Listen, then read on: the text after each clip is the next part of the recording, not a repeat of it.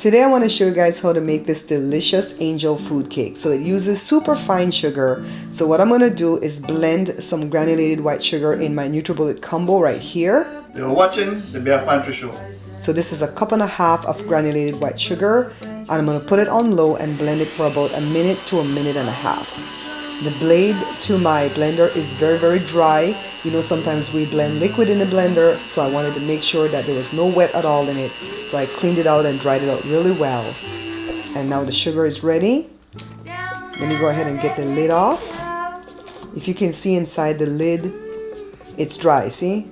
No clumps of wet. Now let's take a look at what the sugar looks like after it's blended.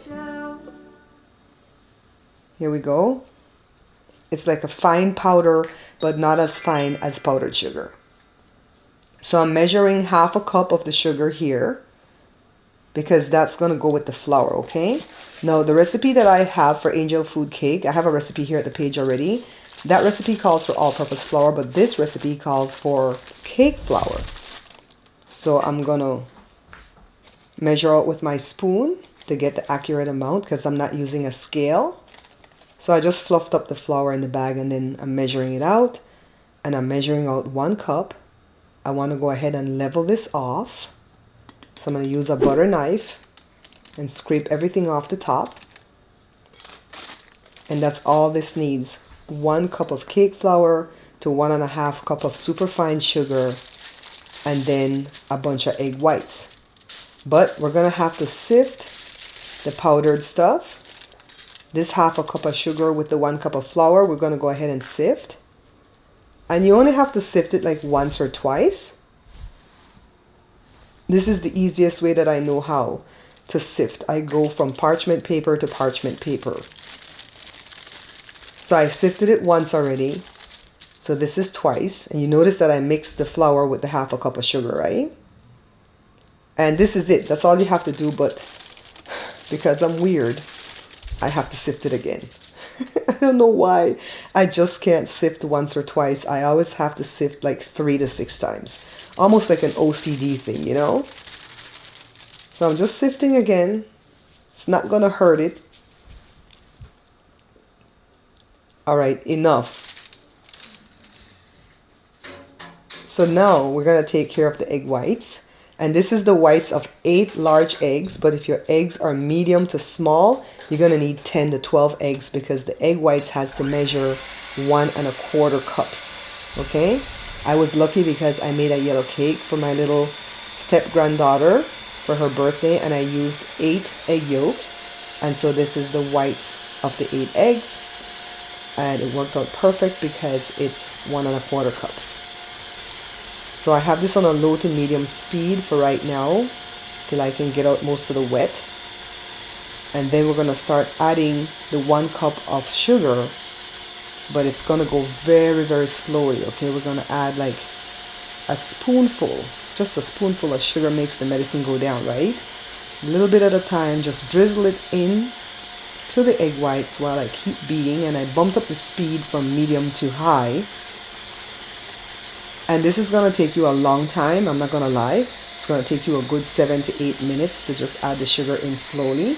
I'm dumping the last batch in my measuring cup just as a means to get it in there more drizzly instead of in a big clump. Look how beautiful these egg whites look, guys. They're room temperature, of course. Right, so I'm going to pause and then add a 1/2 teaspoon, well, 1 teaspoon of vanilla extract, and then 1/2 teaspoon of salt. And my salt is the pink Himalayan stuff that's usually very coarse. So Joe always blends up a batch for me because I don't like to bite the coarse salt in my stuff.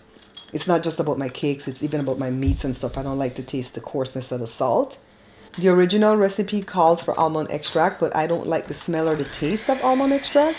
So I'm glad that this recipe says we can use vanilla extract. So I'm just going to blend this all in because now we're going to get rid of the hand mixer and we're going to use our hand as a mixer. Get the joke? We're going to use our hand to fold in the dry ingredients, which is just the flour and that sugar that we sifted earlier. And so we want to do the same thing again. Sprinkle it in with the spoon. Look at my folding spatula. It looks like an Ovation guitar to me.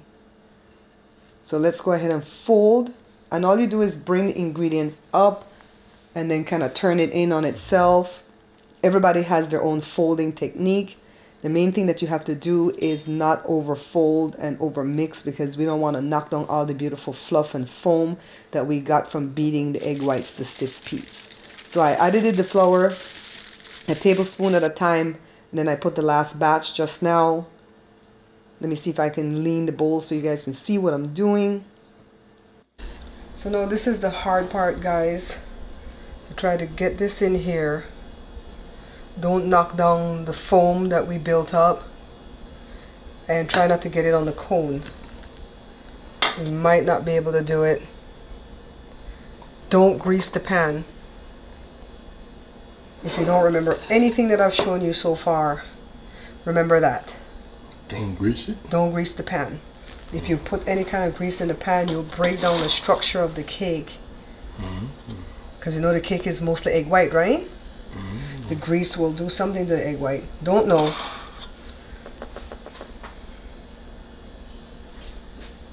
We're doing good, right?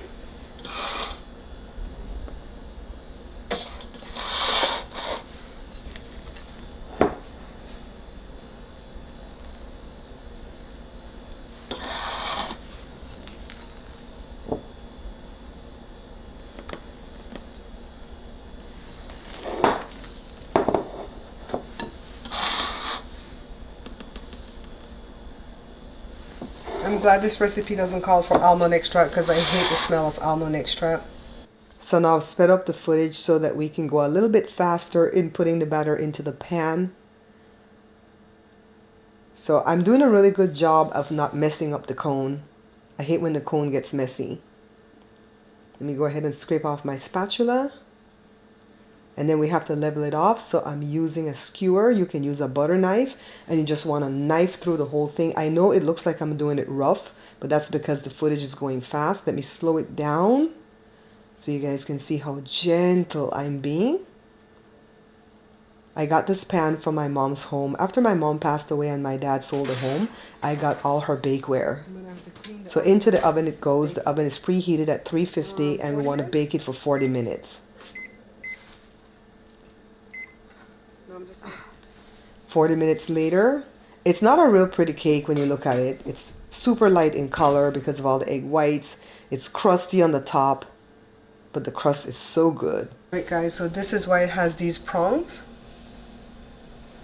because you're going to go ahead and turn it upside down for 1.5 hours. Let me set the timer. 90 minutes. Because my other camera is broken and I can't flip up the door on this one, I thought you guys were seeing what I'm doing right here. But what I'm doing is just knifing around the edge of the pan and around the cone. So then I pull the cone out, or you could push the bottom out of this tube pan. And then I got the cake off. And I set it on the bottom at first so I could cut into it and show you the slice. But eventually I will turn it upside down so the crunchy part can be on the bottom, okay? See how it looks? Gorgeous. Focus, camera. Focus, focus, focus. There we go. Take a look again, guys. So now let's decorate the cake. Most people will just sprinkle powdered sugar on the top, but you can add any fruits that you like because it will hold a lot of fruits because the cake is so spongy, all right? So just go ahead and put your fruits, sprinkle some powdered sugar, and enjoy. Don't forget to like, subscribe, share, and leave me a comment. Bye, guys.